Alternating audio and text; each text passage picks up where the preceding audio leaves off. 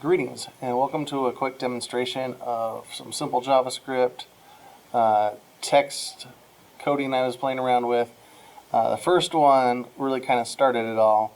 There's lots of CSS to blend the color of backgrounds and stuff like that, but not a whole lot to give a gradient to the actual text. So again, you could take this background color and gradient it all kinds of different ways, but wasn't a great way to go ahead and do that with the text. And then with that, the second piece, and I'll show a little later, is the way I solved that led me to being able to completely randomize all of the colors of it if you truly wanted to. But again, depending on what you're trying to do, let me kind of talk about how it works. So, again, I'll have a link to this in there. But the fairly simple code, it's just a function that takes whatever element you want to do this to. Just give the element an ID, and then it'll grab all the content, and then basically this thing gives them all a, how do you say it?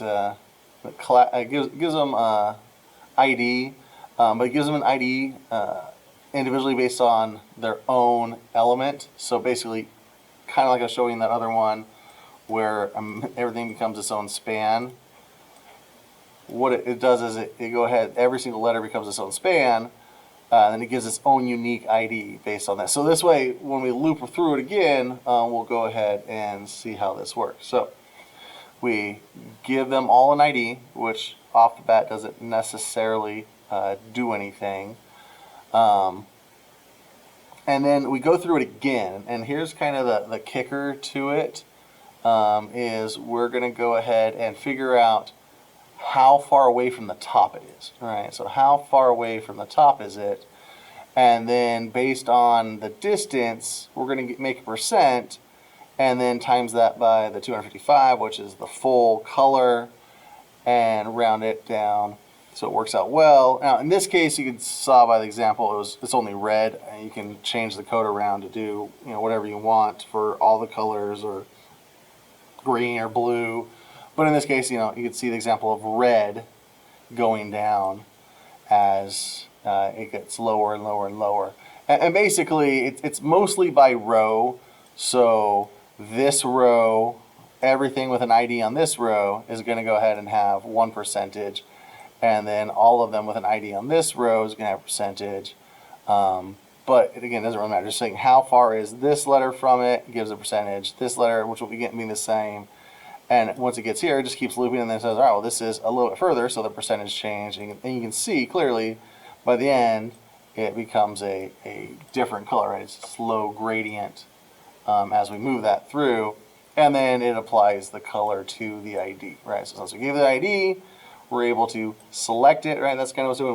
We took that whole text, got rid of it, and then we're filling it back up with a span. That's what this does right here. It fills it back up. So we grab the contents, get all the letters, loop through letters, make them all spans, replace it with that new code, and then we loop back through it and then give it a style with a color of what we're trying to do. So that was kind of how I managed to do this. Again, just depending on where it is on the page, it's also dark. So there's numbers that you might have to mess around with. It's definitely not a perfect setting, because if this was higher or lower on the page, it would also kind of account for not accounting. It would take that into account for us. And then, but that kind of led me to another piece, which was just randomizing everything. I'm like, well, I already know how to grab the stuff and then loop through and make this span. So I pretty much use that mostly for the concept. In this case, found the code to make it a random color. So let's make it any random color. Again, if we look at this code over here, it takes whatever you type in here. So this is what this one does. It's a function. So you're going to make an input box, right? It'll get the value of the input box. So grab the input box, and you can see right here, just span for the T, and then creates a span.